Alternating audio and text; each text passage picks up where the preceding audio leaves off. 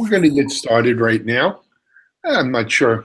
We've logged on yet, but we will get started. Hi, everyone. This is Alan Schimmel of DevOps.com, and welcome to our first YouTube Live for Interconnect 2017. We have a great bunch of speakers lined up here, guests lined up to speak with us. Let me first introduce them. Our first guest is actually a friend of mine who's appeared with me at Interconnect in the past, is Raghunath, and I know it's Raghu. Why don't you tell them your name? Raman. Raman is your last name. It's Raghunath Raman. And Raghu is with Kaiser Permanente, where he heads up a lot of their DevOps digital change practice. Raghu, welcome.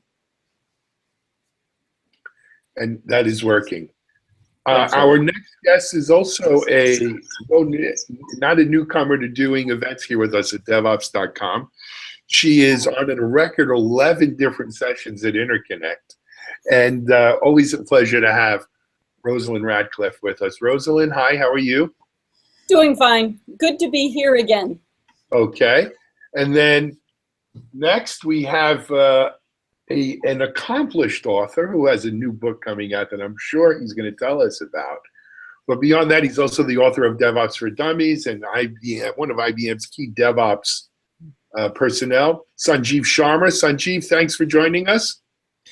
Always glad to be on, Alan, and thanks for hosting this. Thank you.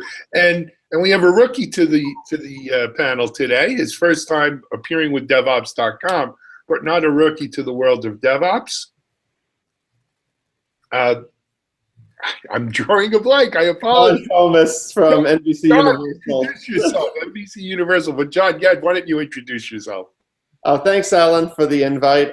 So everyone, I'm manager of platform DevOps for NBCUniversal, and I'm doing 3 Interconnect sessions this year, and I'm very happy to be here to talk about DevOps this afternoon. Great. John, I don't know if the audience caught your last name, though. Oh, it's Comas, C-O-M-A-S. Fantastic. John, welcome to DevOps.com, and welcome to our YouTube Live, formerly Google Hangout. So, guys, I'm going to give everyone a chance to talk about what you're doing with your Interconnect experience. But before we do, let me be selfish and talk about my Interconnect experience. I'm actually chairing one session, and it's called DevOps, It Takes a Village. And the idea behind it is that, you know, we talk about culture in DevOps, and we talk about tools in DevOps. We talk about DevOps leadership transformations and so forth. But, you know, one of the things I've learned in traveling around the world the last 3 years, listening to people talk about DevOps, is that no one person within an organization can actually make DevOps successful. A leader can certainly have a big input into it. And John, I'd be happy to hear your experiences. Raghu, I know you have done a tremendous job. But really, what that leader's job is about transforming his community, transforming his team, transforming his village. And just like a real village, we have physical infrastructure, right? Whether it be servers and networks and tools. And then we have the people. And, you know, one of, I think, the most important things about DevOps is we need to focus on the people. So with that as a background or a backdrop, John, let us start with you because you're the new boy on the block. What do you think about that concept of it takes a village? Oh, absolutely, Alan. So I've been working with NBCU for 7 years now, and I've previously 7 years with BarnesandNoble.com. In those 14 years, working with application automation and pretty much DevOps before the industry even defined the term, I have to say that it is impossible for one person to do it alone. It requires a camaraderie of the obvious definition of DevOps, so development team, operations team, but then also executive sponsorship.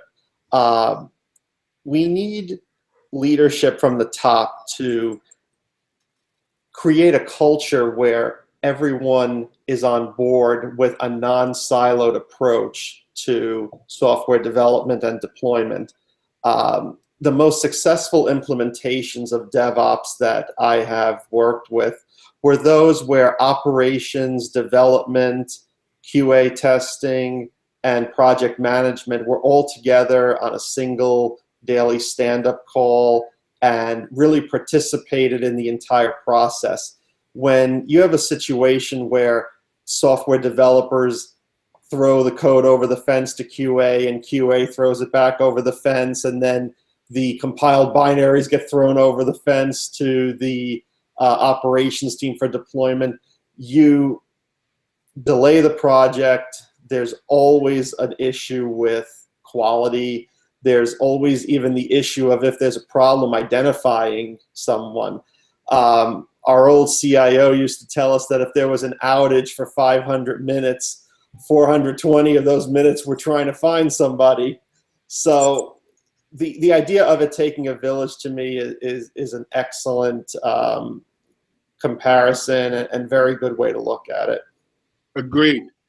Raghu, let me ask you, can you give us an example of, sort of in your own experience, why it takes a village? Absolutely. I think I want to just say, even if it's not DevOps per se, I think there are, what does it take a village to get something out of the door in an enterprise environment? And a typical example would be saying, let's take a use case of somebody saying, I want to be able to schedule an appointment on the mobile phone.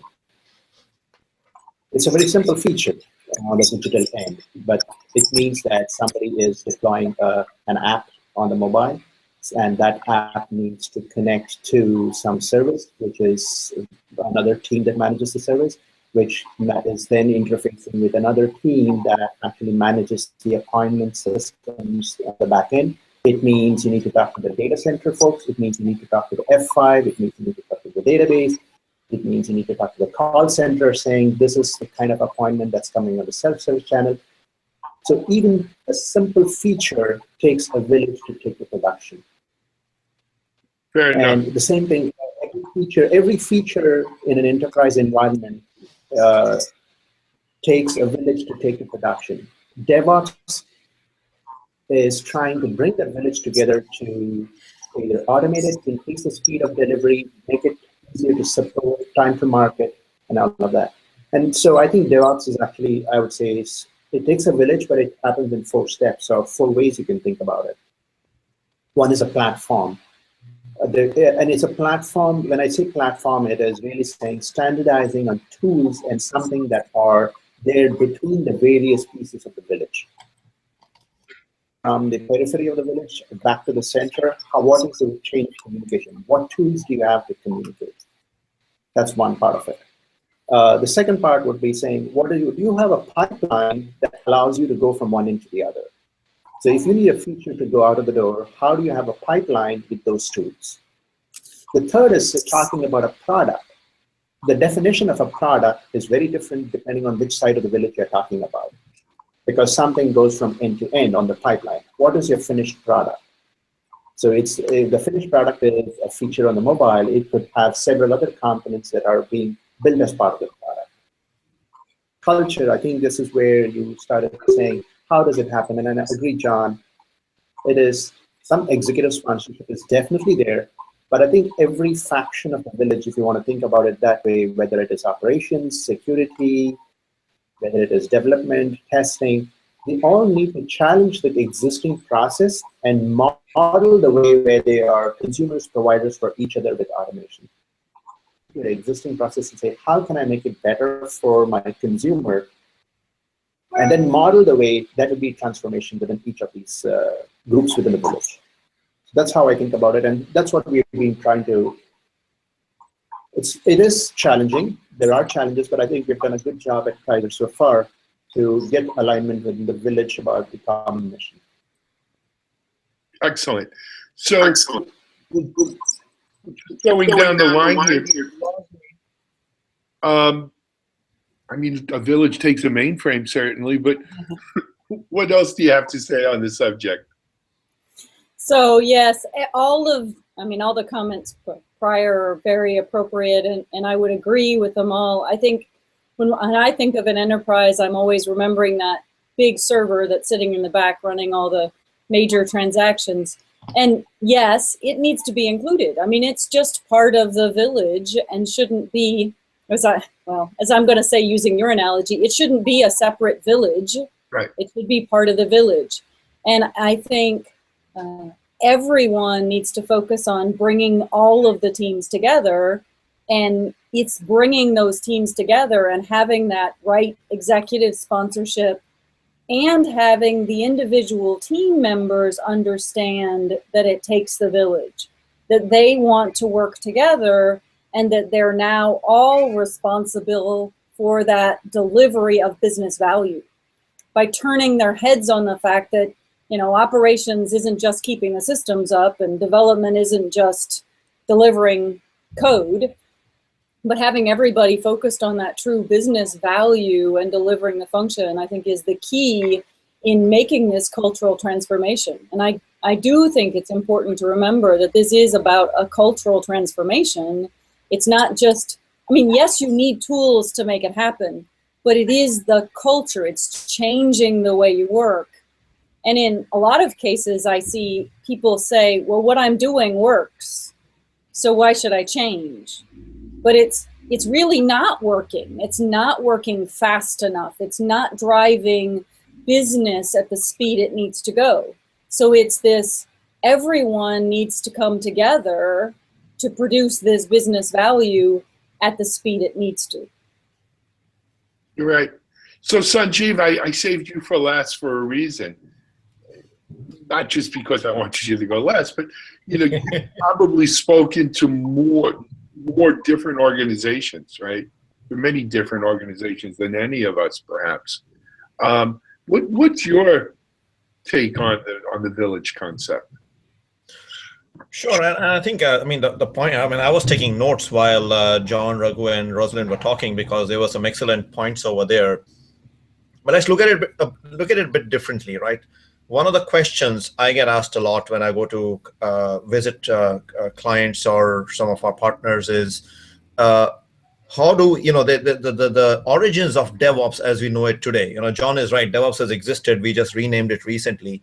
But the origin of most of the literature we have on DevOps today came from the startup or the born on the web companies, right? So a lot of the collateral even today after all these years is very, very targeted, or the examples and scenarios given are all about some of these companies. Some of them are pretty large, like Google, and some of them are good-sized companies with massive websites like Etsy. But the challenge we keep hearing is, how do I apply this to my enterprise, right? What Rosalind was alluding to. And this village example is pretty good because I give people the idea is that, the difference is the uniformity. If you take a born on the web company, if they started with a blank slate, the company is fairly homogeneous, right? Their practices and their tooling are fairly homogeneous. They might not be monolithic, right? But they're fairly homogeneous across these different tribes within the village, right? We extend the analogy. If you go into and the channels of communication, because they grew from that garage mentality or nowadays a latte shop mentality of 5 guys sitting in a latte shop starting the company, growing to even it get massive, the mentality of communication collaboration is still that garage mentality, right? In large enterprises, that's not true. First of all, they're not monolithic, right? Every tribe in the village has their own communication mechanism. They have their own tools. If they are, cooking food, they have their own recipes. They have their own source of energy. Everybody's different. And the communication collaboration channels don't exist. They exist through formal organizational channels. Oh, if you want to talk to me, you got to go 7 levels up to find this common VP who is now owns both these organizations, and you got to go through them. Or it's just like open a ticket, I'll get to your ticket when I get to your ticket. Nothing wrong with tickets. It's the get to your ticket when I get to your ticket mentality, which is the problem. Yeah. So it takes a village. When we talk about this, what we are really trying to fix is that standardization of communication and collaboration, standardizations of practices. It need not be standardization of tools because the technologies will be very different, right? The way the mainframe stuff is developed might be very different from the way you might be developing a cloud-native application based on a microservices-based architecture. But the whole goal is how do we fix that collaboration, communication to get the same energy, the same throughput, the same productivity, and the same results, which you are seeing in some of these companies who are shown as the poster children of DevOps. That requires organizational change, and that requires buy-in from everybody. Small teams can succeed because they can get together and fix things, but if you want to do it at enterprise grade, like John has done at NBCUniversal, or Raghu has done at Kaiser, or IBM has done through our development teams, it requires buy-in at all levels. And it requires the entire village to be agreed upon what are our core principles which we will be working towards.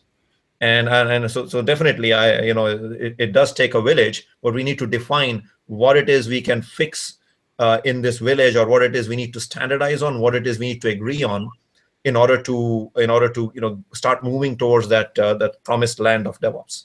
Yeah. Let me introduce another concept to our conversation on this topic, though, and this is a lesson I've learned in 25 plus years of being in the IT industry. The same way we're talking about cooperation among teams, among peoples, among different silos, if you will. I think one of the indications that DevOps is maturing is we start seeing cooperation, if you will, or integration of DevOps tools that people are using as well. At this point of the game, there's a rather standardized DevOps tool set. I bet you if you went to 80% of the organizations using DevOps, you can probably nail down a relatively small 12.5 tools that the overwhelming majority are using a decent amount of them. IBM's Urban Code, or a Bluemix perhaps, a Jenkins, perhaps a Puppet or a Chef, something along these lines. I think the maturation and the it takes a village approach has to go to the tools as well, where they need to work together, right? We see it with Urban Code and Jenkins integration, Sanjeev. Remember, I saw Eric Minnick do a panel at last year's Interconnect, I think it was, with the founder of Jenkins. I'm not going to pronounce his name. We'll call him KK for now. But, where we have this integration. Integration of tools is also part of this village concept. Raghu, I'm going to let you go first this time. What do you think? I know because APIs are a big piece of your workload every day, and that goes to that. Absolutely. I think interconnections or connectivity between multiple systems is critical, and communication between these villages. I want to go back to what Sanjeev said, and it was very relevant. The born on the web companies are 5 people in the latte shop. Those 5 people exist in an enterprise, but they're sitting in 5 different parts of the village or 5 different villages. And how do you get them together? It's getting those 5 people, which takes a lot of time and sponsorship to say these 5 people can make a feature happen together. It's not only about those 5 people who are contributing to with their specific expertise. How is that automated at scale in the enterprise? And how are each of their deliverables going to be deployed? Whether it's a database, whether it's an environment, whether it's an API, it's a skill set. How are you going to do that? And they need to still work in their tribe, not just for that feature, but beyond that. How do you standardize that? So that you are not doing it's not a one-time gig, but it's a practice that happens over and over again. And anybody should be able to fill that role. That's where you need standardization of tools, and the way you start talking about tickets. Okay, I maintain mine in Jira, and somebody else maintains it in Rally, and somebody else maintains it in SharePoint. That ticketing system will not work. So how you say, okay, that's where the first one of the things that comes, which I said, is platform. So if you want to collect this, let's first talk about something that can actually talk to each other. And some of those challenges are, it's difficult for an entire village or a subsection of the village to upgrade their tool. okay, if you can't upgrade your tool, how can you communicate? How can you make sure you have a pipeline to communicate? Even if I cannot, I invest and I don't have the funding to change all my tooling to maintain this pipeline. So integration between tools or the platform, laying down that foundation is critical before saying, okay, now I have my pipeline. So that's, I mean, tools is important, but it's the principle is more important than saying we need to start talking to tooling to enable this conversation. Excellent. Rosalind, I'm going to take a left turn a little bit on this question for you, and it's this. The same way we're talking about tools integrating, of course we need systems of record and systems of engagement to integrate. And I know that's one of your favorite subjects. Why don't you kind of scratch into that a little bit? What do you have to say? Yeah, I think that is a key piece, because the systems of record, the existing systems, have a lot of value, and we need to expose that function as services, as APIs today, so that it can be used by those systems of engagement, by those mobile devices, or even provided as an API as my business.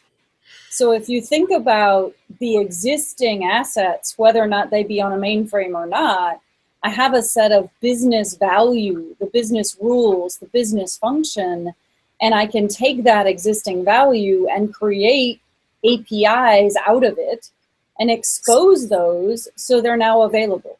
And that allows me internally to build my own applications, or allows me to expose that and allow somebody else to connect into me to provide the function. A long time ago, SOA days, we started at building services. So in a sense, that's what we're doing now, except these should be, at some level, more business services, though we tried to do that with SOA too. One example that probably has been done forever is the check cashing service. There was a check cashing service done by a company in one country, and the rest of the banks in the country just basically said, yeah, they've got it. Why should we bother to process them anymore? So those kinds of things. Somebody, the first to the market with the best, may be just the winner, and you want to be that winner. So work on your functions so that you can expose them as services. And we're driving an API economy, and the back-end systems of record provide that value that then is exposed. Got it. John, I don't think we've given you a chance to weigh in on this, have we? Not yet. So going back to standardization, I have to say the centralized DevOps model was the only realistic and cost-effective method to offer all the capabilities we wanted to our application teams at an enterprise level. So, we were in a situation where multiple app teams were almost running their own DevOps, and there were multiple paths to production, and this was causing a lot of issues. So the centralized DevOps SDLC I created was a consistent methodology for developing software and deploying it throughout the organization. Platform agnostic, basically whatever technology you were working with, you could utilize our Urban Code platform for. And that was key to it. It didn't matter if you were .NET, Java, Teradata, Informatica, you were on the same platform. So we had centralized reporting, audit trail capabilities. We have a centralized build farm. Anybody can repeat a build or a deployment. There's no box sitting on somebody's desk where if that particular server gets lost or someone quits, the build is not repeatable. With regard to tool integration, we made it a point to make sure that, in short, all our tools talk to each other, right? So there's constant reporting from tool to tool. We have agile project management, the source code management, DevOps for the database, which is one of the sessions I'm doing at Interconnect. build and deployment automation with urban code, our unit testing, code coverage, and static code analysis, technical debt measurement, our IBM ID test, SkyTap integration, and then, of course, our functional regression and security test integration. When you go to an urban code build life, you see metrics for all of these that I discussed right there. It is very powerful, and it's very clear for anyone in our organization who wants to look at it.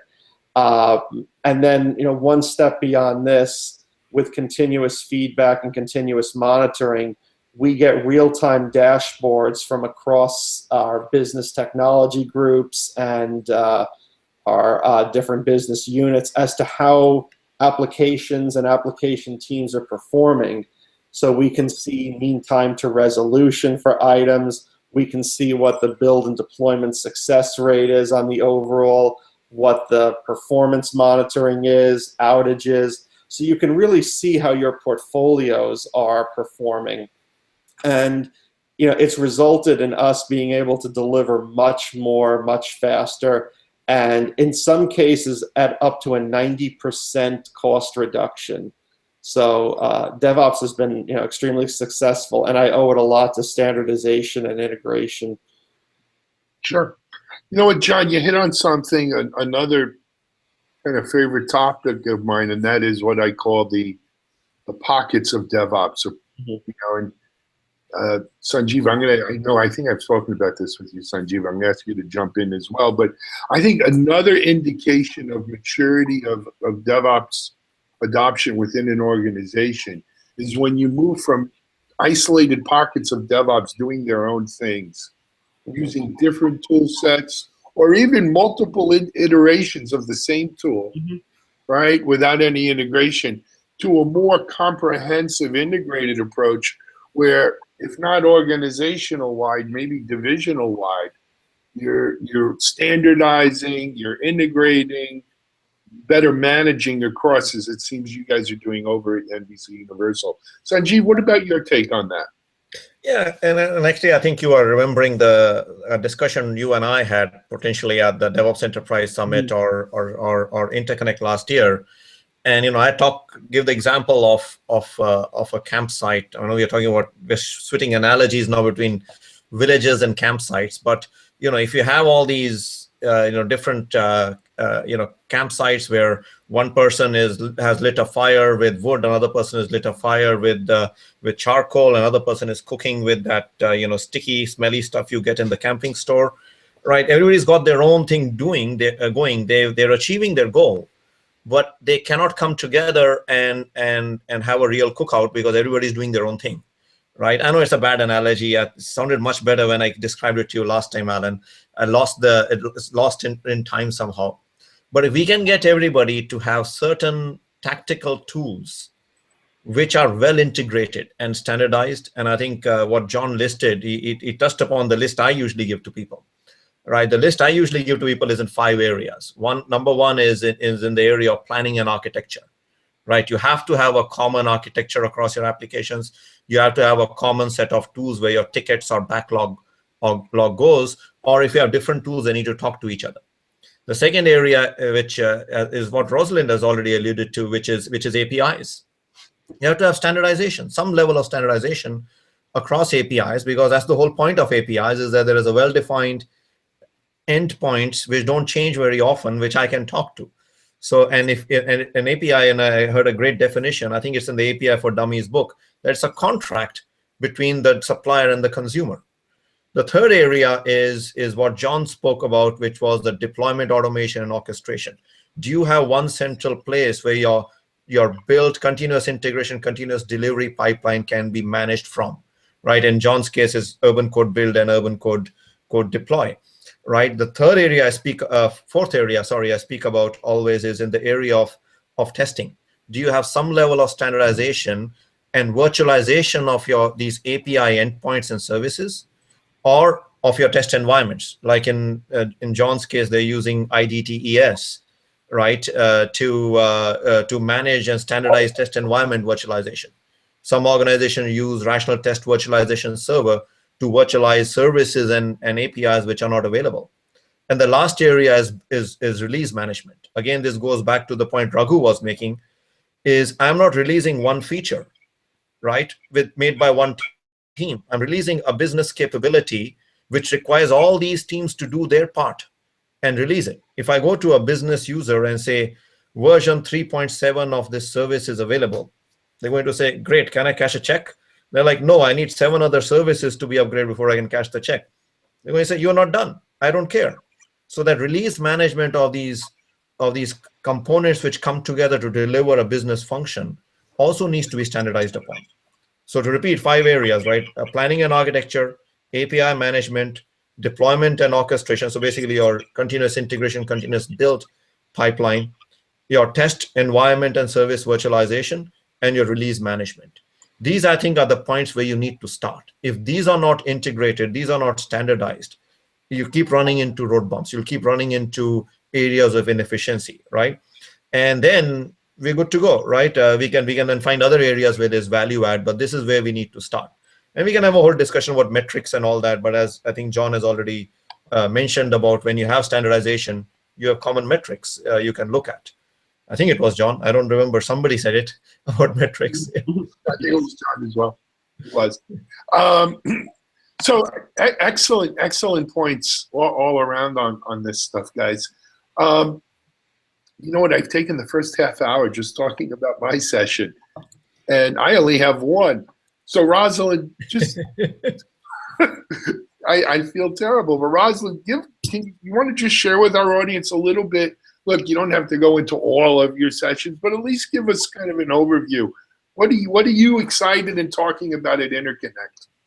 Yeah, so actually I'm lucky. I get to do a number of customer sessions. So I get to speak with clients, and we'll be speaking with Rabobank and State Street and a number of other clients who are describing their transformations and how they're using DevOps to help bring modern practices and to help bring, in many ways, more vitality into their mainframe space. Specifically thinking about Rabobank, they're building brand new payment factory function on a Z system with COBOL. And why, if you're building brand new, don't you start with new practices? And so it's an entire DevOps tool chain, and it's an environment that lets them do this using modern practices from the very beginning.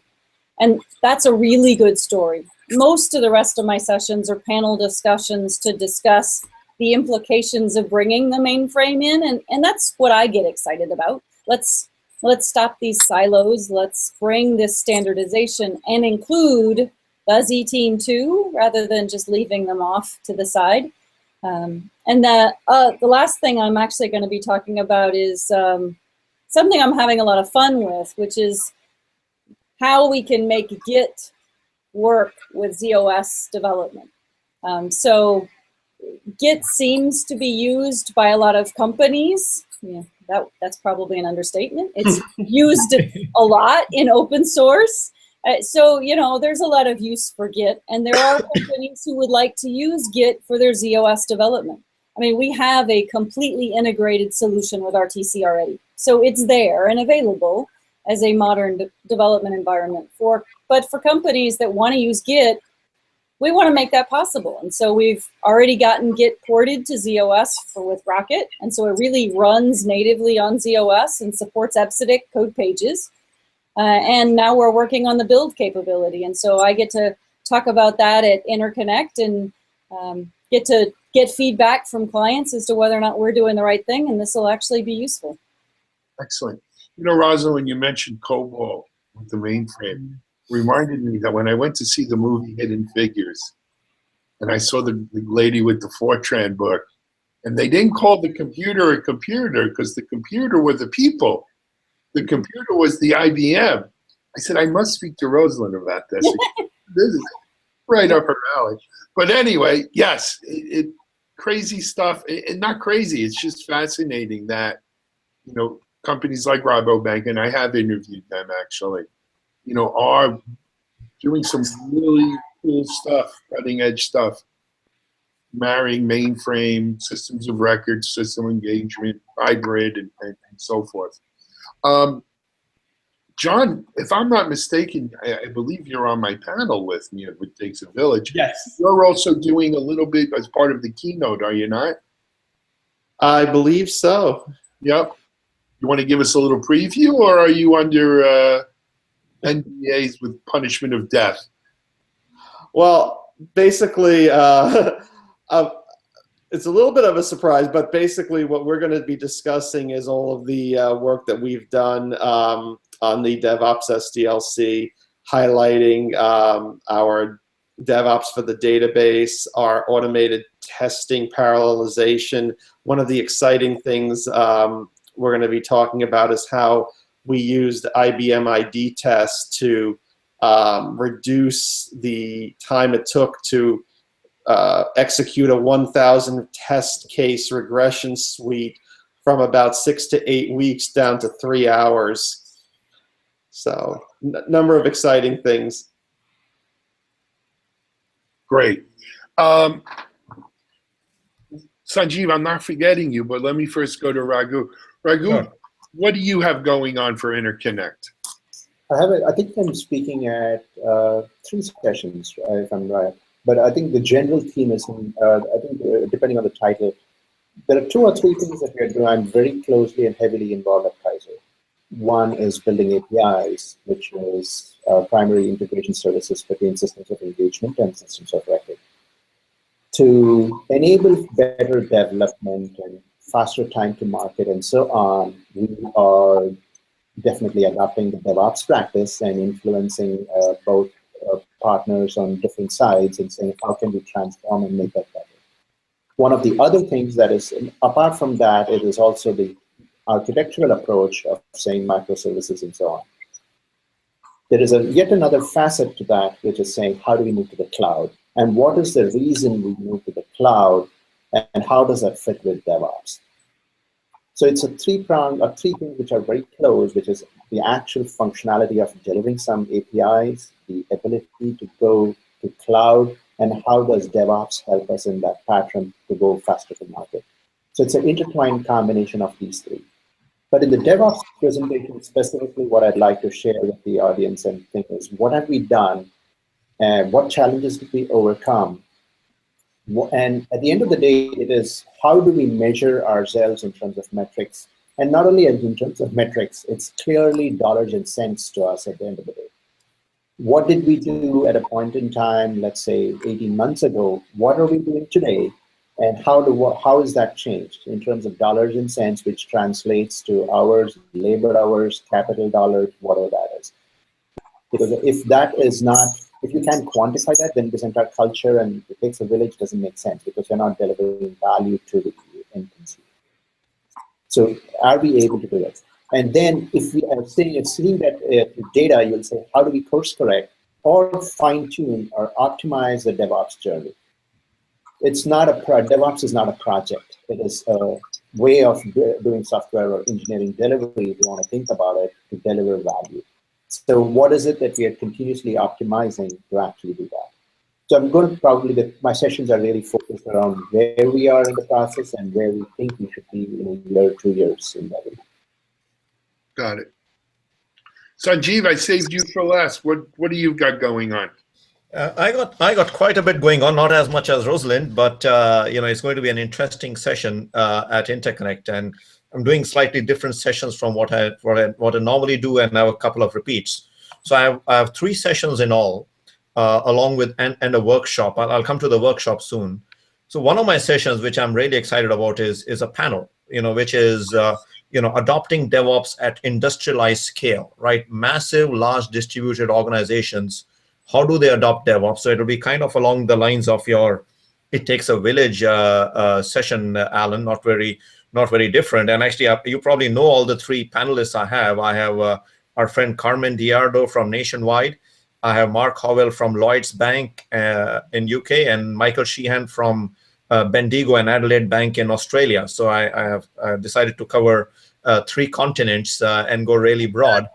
I'm trying to see if I can get a 4th panelist, maybe from Middle East or Africa or somewhere. So we'll have a really broad geographical spread and hopefully industrial spread also. I'm doing 2 panels which are I'm doing 2 more sessions which are actually on the business side of DevOps. One of the challenges which a lot of technical executives I work with come to me and says, how do I build a business case for DevOps? Because I got to go sell the business that they need to invest in this. So we've done some experiments. We've done some work with customers. We obviously do a lot of business value assessments, BVAs. We do a lot of workshops. So me and my colleague, Peter Eels, we are doing a session on building a business case for DevOps, right? What are the different techniques? Give you some examples of what has worked. How can we help the business recognize that while you need to invest, there is value? How can you quantify some of that value? So it's a different approach to a typical traditional technical session. And along the same lines, I have another session which is more about leading a transformation, but looking at transformation from a risk-driven approach. How do you create a transformation plan? Like Raghu said, DevOps is not a project, it's a transformation, right? And how do you look at your organization's ability to consume risk or tolerate risk, and look at that to decide how you're going to go about adopting DevOps? And the reason I think this is important is because organizations are not monolithic. You might have a part of an organization which is running a system of record, mission critical system where failure and risk cannot be tolerated because it keeps the lights on because of regulatory requirements. So your risk tolerance is very low. On the other side, you might be experimenting with new features on a mobile app, or trying to get some social media or cognitive apps where you're running experiments and you don't mind failing because that you're running an experiment, and the experiment is successful whether you succeed or fail because it's all about learning. So your risk tolerance is very high. How do you do both of these? How do you walk and chew gum and get this multi-speed thinking going on at the same way? So that's one of my sessions.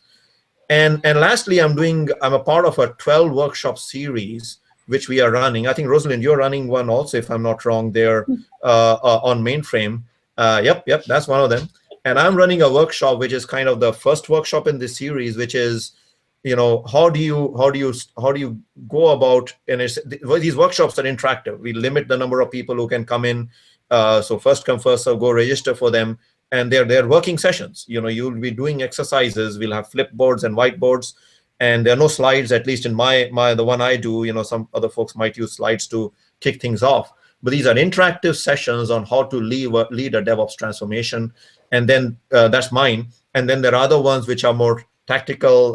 One of my colleagues, Mustafa Kaparia, is doing a live value stream mapping exercise. Peter Eels and David Zimmerman are doing a specific workshop only for financial services, right? So, and Rosalind, I know you're doing one which is more on the mainframe side of things, as always. So, these workshops, I'm happy to be involved in these workshops and doing one of the 12 we have. So a lot going on. And of course, I was talking to my book publisher, Wiley, who has partnered with IBM Press. They say they've signed me up to come do a book signing also. So that'll be fun, getting the book out there, the word of the book out there. Yeah.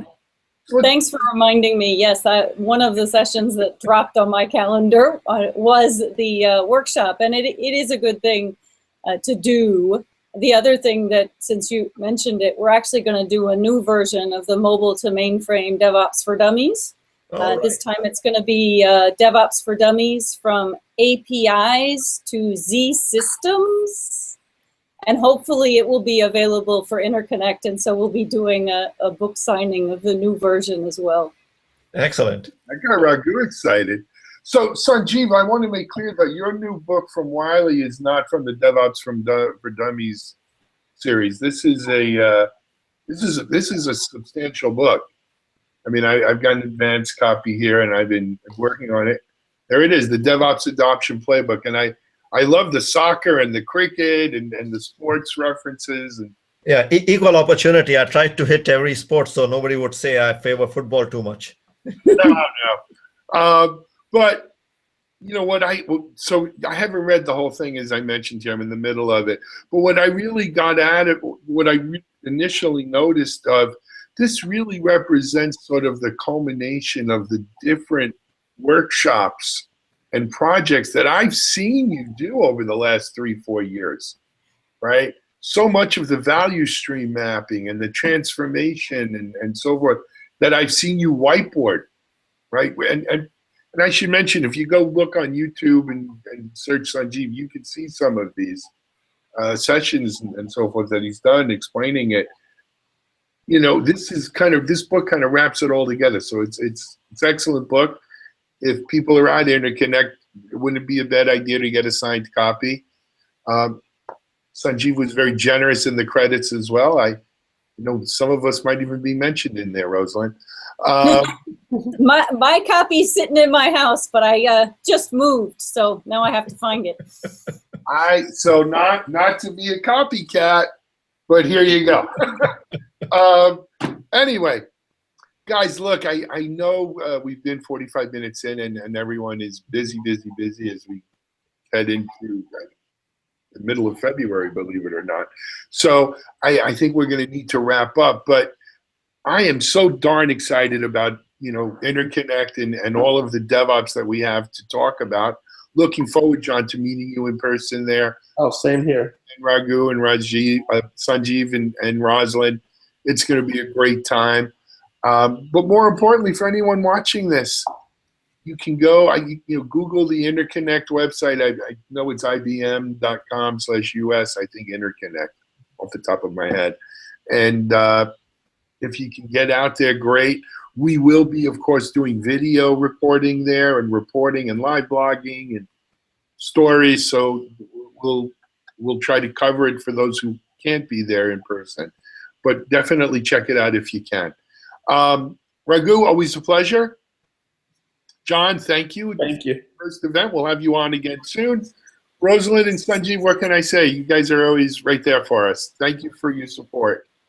Until next time, everyone, this is Alan Schimmel, Editor-in-Chief of DevOps.com. Thanks for joining us on this YouTube Live. Bye-bye, everyone. Take care. Take care. Bye. Bye-bye.